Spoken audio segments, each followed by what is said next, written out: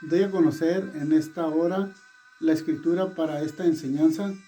Le doy la bienvenida a todos a este nuevo audio y les invito a que estemos atentos a la palabra que el Señor ha preparado para nosotros.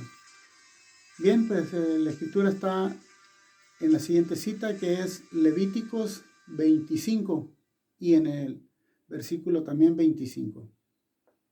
Dice la palabra de la siguiente manera: cuando tu hermano empobreciere y vendiere algo de su posición, entonces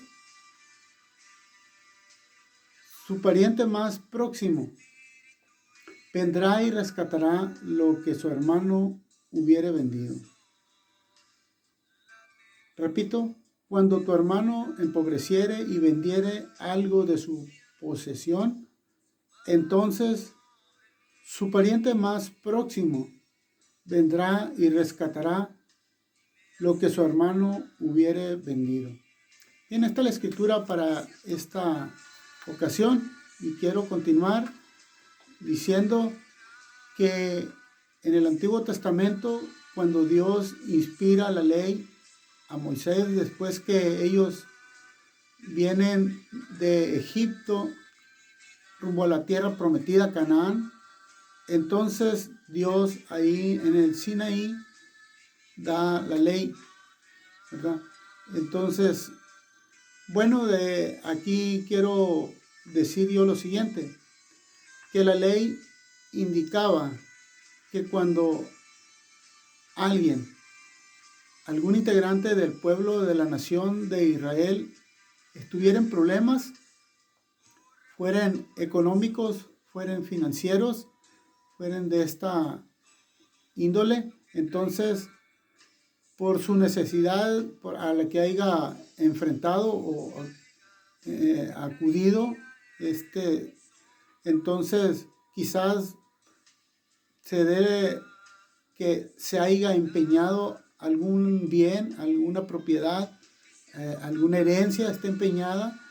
Esto pudiera llevar a la persona a considerarse pues en deuda, o también quizás se haya esclavizado por no poder pagar esta cantidad, este dinero. Entonces dice la Biblia en la ley que el pariente, legalmente el pariente más próximo a esta familia tenía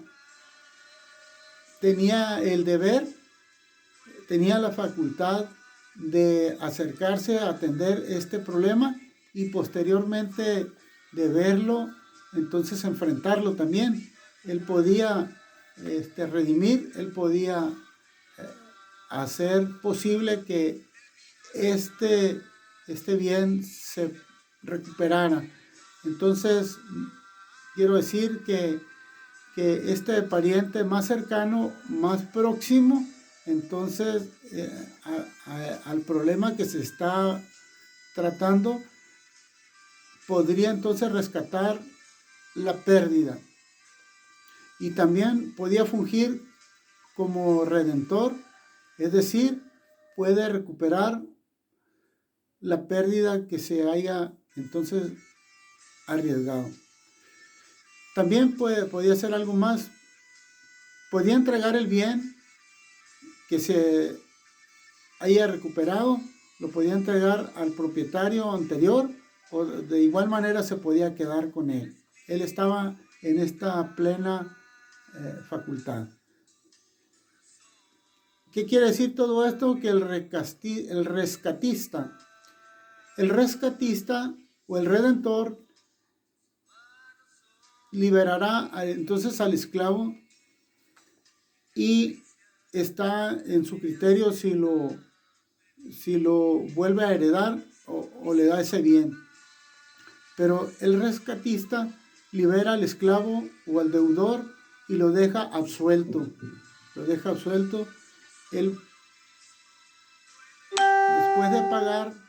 después de pagar, entonces esa deuda, pues entonces decidía si lo dejaba entonces en sus propiedades o definitivamente él se quedaba con ella.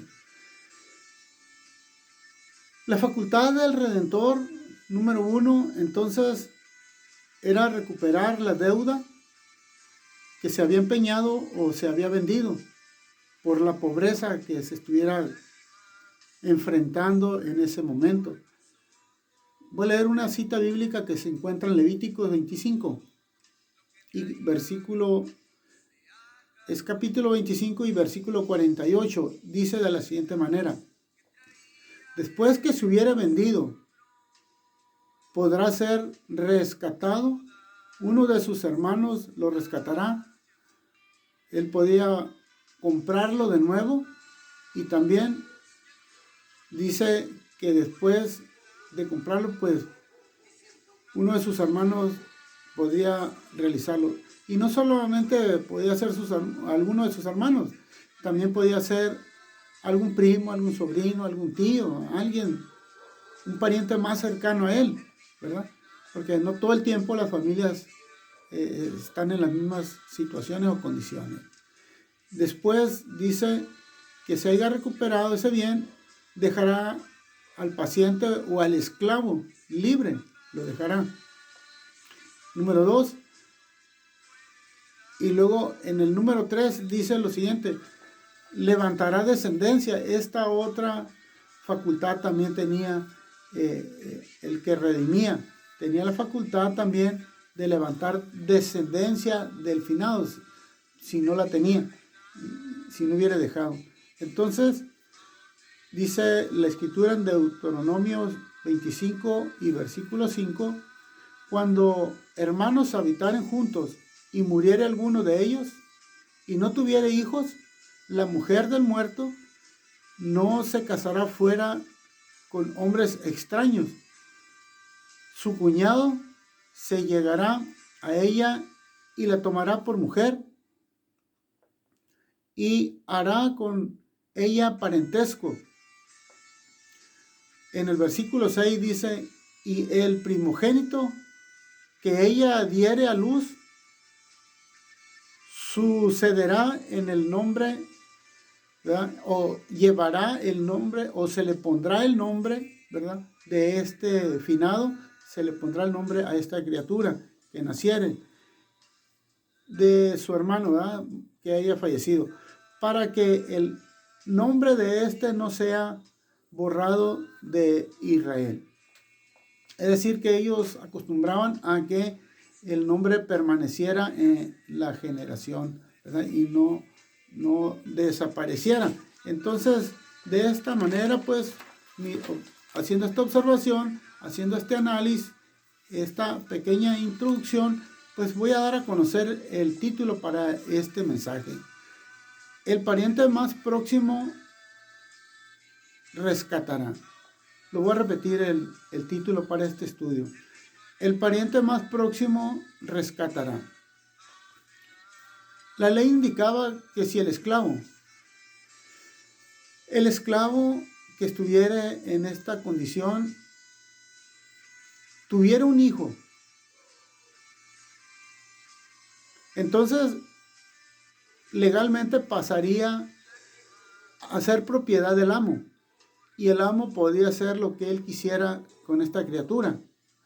O sea, el que engendra biológicamente no tiene el derecho, precisamente por estar en la condición de esclavo. Lo tiene más bien el amo, y él era el quien decidía hacer lo que le pareciese. Entonces, nosotros éramos esclavos. Vamos a reflexionar, y nosotros éramos esclavos de Satanás. Vamos a recordarlo. Éramos esclavos, ¿verdad?, de Satanás. ¿Por qué? Porque Adán cometió pecado, y este se ha heredado de generación en generación, y hasta nuestros días ha venido afectando a nuestra relación familiar, y de esta manera pues hemos aceptado la realidad, porque esto está debidamente escrito aquí en la Biblia, la palabra de Dios. Habíamos perdido la heredad, habíamos perdido nuestra herencia y también habíamos perdido la vida eterna. Vivíamos en miseria, vivíamos esclavos, vivíamos en esta esclavitud y vivíamos también en la muerte espiritual. Sin duda estábamos hundidos completamente en esta realidad. Entonces, dice nuestro Dios, dice la Biblia que nuestro Dios hizo algo en favor de nosotros. Y esto reconoce que Dios es un Dios de pactos. Nosotros tenemos un Dios de promesas. Nosotros tenemos un Dios que es Dios de vivos y no de muertos. Dios de libres y no de esclavos. Entonces, Él hizo algo en beneficio, en bien de cada uno de nosotros. Y dice la escritura en Jeremías 31 y versículo 31. He aquí vienen días, dice Jehová, en los cuales haré nuevo pacto con la casa de Israel, de Judá. Haré un nuevo pacto. Y luego dice también en Romanos capítulo 10 y versículo 4. Porque el fin de la ley es Cristo, para justicia a todo aquel que cree. ¿Ya? Entonces, aquí tenemos esta palabra,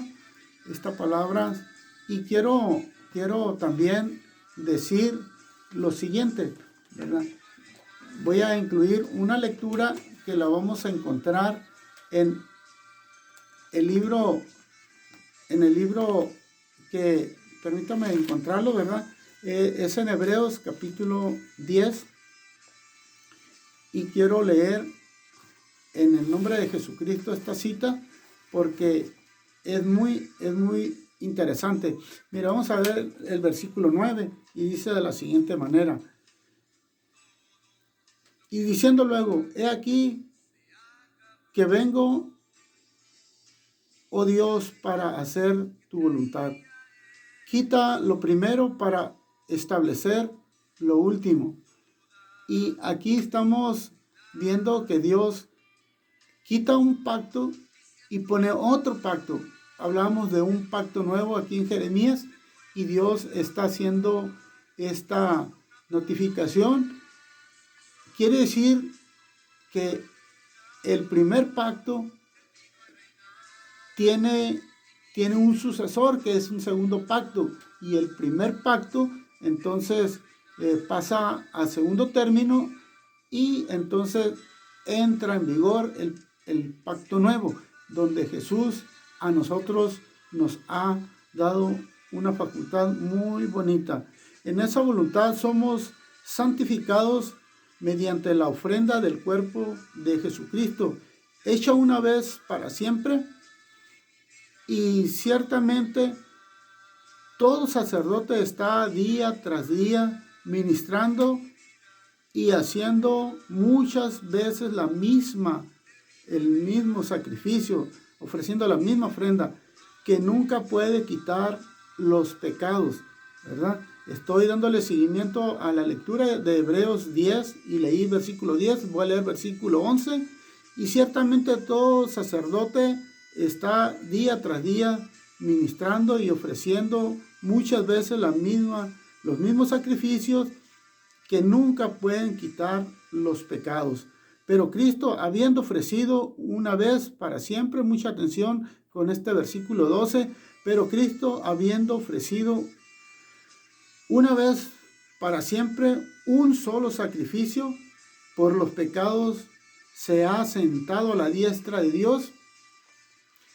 De ahí en adelante, esperando hasta que sus enemigos sean puestos por estrado de sus pies, porque con una sola ofrenda hizo perfecto para siempre a los santificados. Con una sola ofrenda nos hizo perfectos a cada uno de los que nos ha limpiado, nos ha santificado, nos ha purificado. Versículo 15 dice, y nos atestigua lo mismo el Espíritu Santo, porque después de haber dicho, esto es el pacto que haré con ellos. Después de aquellos días, dice el Señor, pondré mi ley en su corazón y en sus mentes las escribiré. Añade, y nunca más me acordaré de sus transgresiones, nunca más me acordaré de sus pecados. Esto es lo que el Señor ha hecho en este nuevo pacto, y de esta manera estamos diciendo que Él, Jesús, no vino para cometer infracción, sino para cumplir la ley. Él vino para cumplir la ley. Él tenía un nuevo pacto para nosotros, pero el antiguo pacto que hizo con Israel, entonces era un trato con esta nación. Pero al hacer un nuevo pacto, entonces aquí es donde nos da alcance a todos nosotros que antes vivíamos sin Dios, que vivíamos sin promesas y sin esperanza. Muy bien, hermanos, muy bien, audiencia que está atento a estas palabras.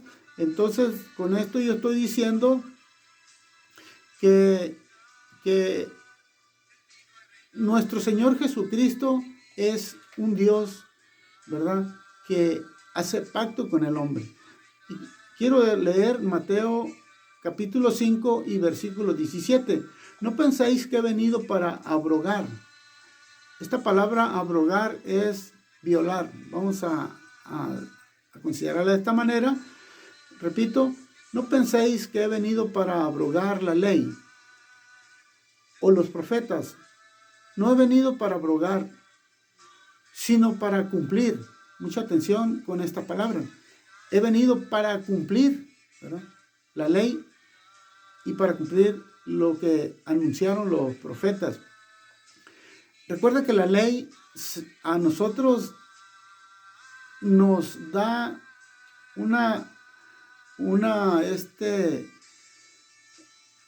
enseñanza tan rígida que nos deja, porque la ley mata, porque la ley condena, porque la ley no justifica, pero la gracia de Dios, ¿verdad?, es la que hace la diferencia.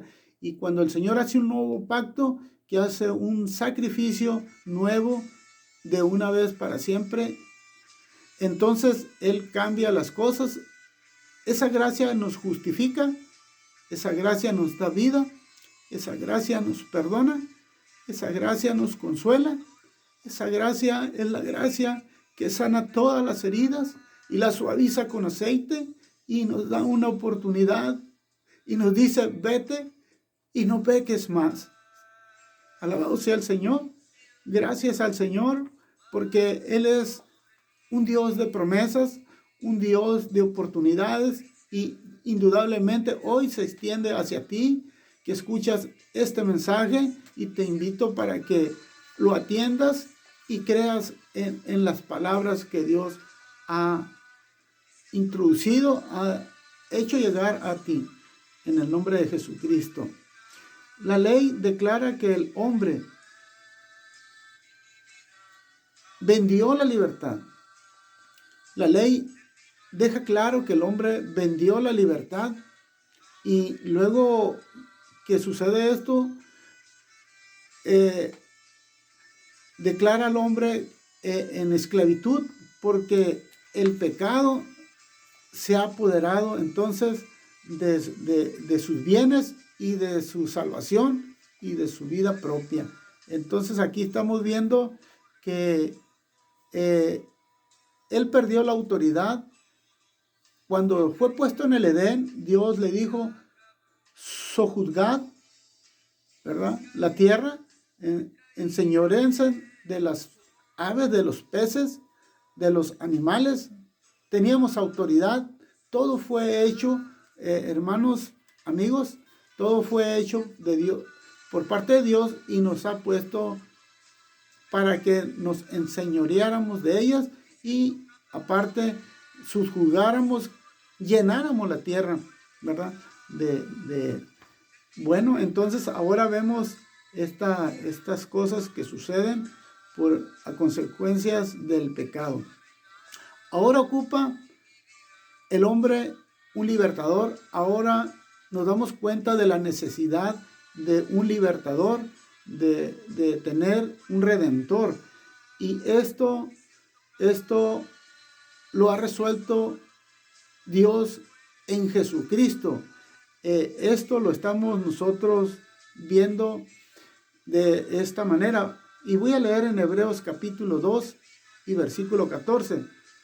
Porque se ocupaba que redimiera, el que hiciera esta función de ser nuestro redentor, entonces participara de lo mismo, ¿verdad? Tenía que ser un pariente de la descendencia, y Dios lo hizo posible en Cristo, porque Él participó de la misma manera, de la misma forma como nosotros lo hacemos, de la humanidad, de la genealogía y también de la descendencia, y también Él participó de carne y sangre. Esto está debidamente registrado aquí en la Biblia, y aquí no podemos mentir.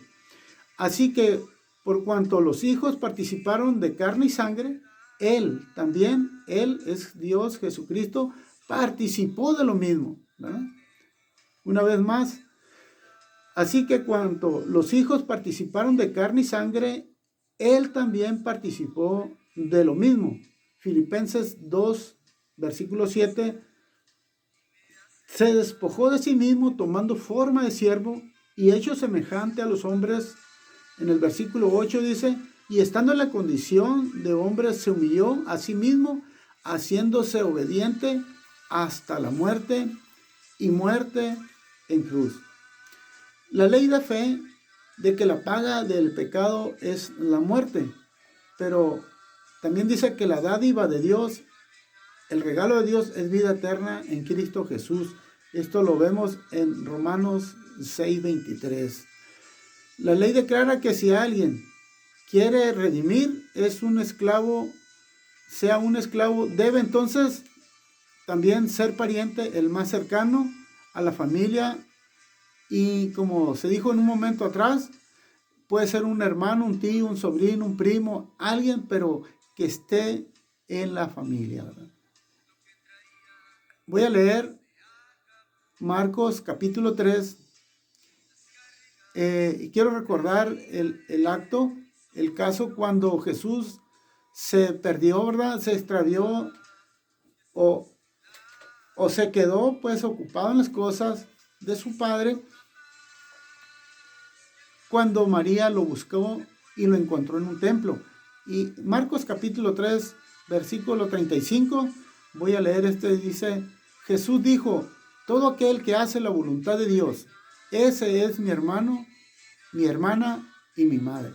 Entonces, Jesús, con esta escritura estoy declarando la realidad. Jesús se constituyó entonces un cuerpo de tal manera que pudo participar de lo mismo, de carne y sangre, y se hizo nuestro hermano mayor. Él se constituyó nuestro redentor, y Él ha dicho que todo el que hace la voluntad de Dios, ese es su hermano, ¿verdad? Si usted hace la voluntad de Dios, entonces se ha constituido también en hermano, en el pariente más cercano, lo ha aceptado a Jesús también. ¿Por qué? Porque Él ha participado de lo mismo y viene con este legado, con este propósito de redimirnos, de darnos la libertad de recuperar lo que se había perdido. Muy bien, entonces aquí yo estoy diciendo con estas palabras que si te has preocupado por hacer la voluntad de Dios, entonces armonizas con la santidad, armonizas con la bendición que Dios ha preparado también para ti, y de igual manera nosotros nos sometemos a este legado que Él trae. Muy bien. Jesucristo no es un profeta como Mahoma. Jesucristo es Dios manifestado en carne. Tampoco Jesucristo no es un líder más, ¿verdad?, como Budas y entre otros. No, repito, Jesús entonces es nuestro hermano mayor. Él es nuestro pariente redentor. Él es el que quiere quitar la muerte del hombre. Él no desea que muera, sino que éste viva, y que la sangre que Él ha derramado entonces armonice y nos dé comunión con Él y con su palabra y con las demás personas. Entonces, quiero decir dos citas que están en el Apocalipsis 1 y versículo 8, y también en el Apocalipsis 4 y versículo 8. La primera cita dice que Jesús dice, yo soy el alfa y el omega, dice el Señor, el que es, el que era, el que ha de venir, el Todopoderoso. Y luego los cuatro seres vivientes dicen de la siguiente manera: Santo, Santo, Santo es el Señor, Dios Todopoderoso, el que era, el que es, el que ha de venir. Y la iglesia dice y decimos: sí, ven Señor Jesús. Amén, hermano. Entonces aquí vemos estas palabras y esta escritura que habla de esta manera. También quiero decir algo muy fundamental. Es para nosotros muy importante reconocer lo que Dios ha hecho por nosotros. Él se ha constituido legalmente nuestro Redentor, nuestro pariente redentor, nuestro hermano mayor, y no se avergüenza de llamarnos sus hermanos. Voy acercándome a la conclusión y quiero decir algo más. En la Biblia tenemos un personaje que se llamó Boz. Este redimió a Ruth, la moabita. Esto se encuentra en el libro de Ruth. Y tuvieron un hijo. Él redimió a esta familia, a Noemí, y hizo que se recuperaran los bienes que ellos tuvieron, quizás empeñados o quizás vendidos. Pero él redime a Ruth y también tienen un hijo, y lo vamos a recordar, se llamó Obed. Obed tuvo también un hijo y le llamó Isaí. Isaí tuvo también un hijo y le llamó David. Y David también tuvo un hijo y le llamó Salomón. Y Salomón tuvo otro hijo y le llamó Roboam. Note usted que de esta familia hay una descendencia de reyes. Y gracias a Dios, porque Él pudo redimir, Él pudo perdonar, ¿verdad? Entonces, esta esclavitud los pudo liberar.